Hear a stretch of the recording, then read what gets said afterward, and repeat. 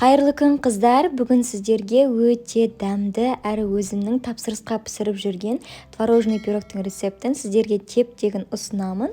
Видеоны соңына дейін қараңыздар. Алдымен қант пен жұмыртқаны венчикпен араластырып аламыз. Бұл жерде ешқандай да миксерді пайдаланудың қажеті жоқ. Бізге тек екі масса біріксе ғана жеткілікті.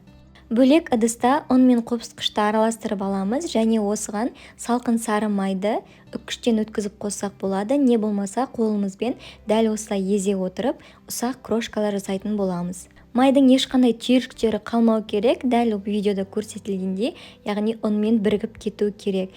Кейін осыған біздің жұмыртқа мен қанттың қоспасын қосып, қолымызбен қамыр илейтін боламыз. Егер қамыр өте жұмсақ болған жағдайда 10-20 грамдай ғана ұн қосып жіберсеңіздер болады.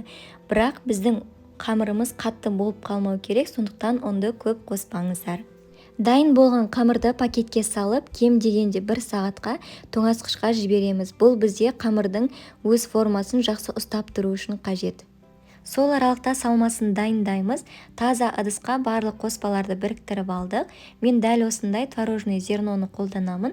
Бұл басқа творогтарға қарағанда суы аздау шығады және салмасына өте жақсы келеді. Сондай-ақ калихтың творожный сырын қолданамын. Жұмыртқа, қант, қаймақ барлығын қосып блендердің көмегімен езіп аламыз. Ешқандай да түйіршік қалмау керек. Диаметрі 24 см болатын форманы пайдаланамын. Қамырды тоңазытқыштан алып, осылай қолымызбен жайып шығамыз. Алдымен бортиктарын, кейін ортасын осылай қолымызбен жая отырып, формасын шығарып аламыз. Кейін оның үстіне біздің дайындап қойған салмамызды құйып, бір тегіс етіп жайып шығамыз.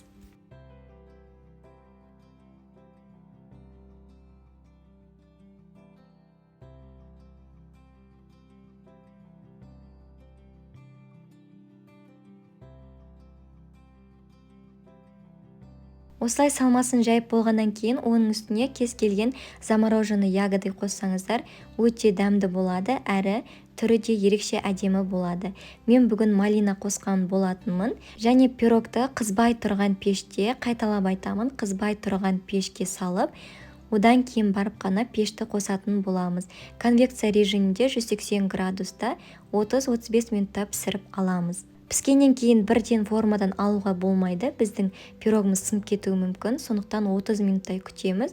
Содан кейін ғана осылай пышақтың көмегімен ақырын ғана шетін алып формадан шығаратын боламыз. Кейін пирогты кем дегенде 8 сағатқа тоңазытқышқа саламыз және содан кейін ғана дастарханға ұсынамыз. Себебі біздің начинкамыз ортасында қату керек және сол кезде разрезде әдемі болады, әрі өте дәмді болып шығады. Осымен біздің пирогымыз дайын болды. Міндетті түрде жасап көріңіздер. Егер менің видеом ұнаған болса, рецепт ұнаған болса, каналыма тіркеліп алыңыздар және лайк басып комментарий қалдыруды да ұмытпаңыздар. Баршаңызға ас болсын.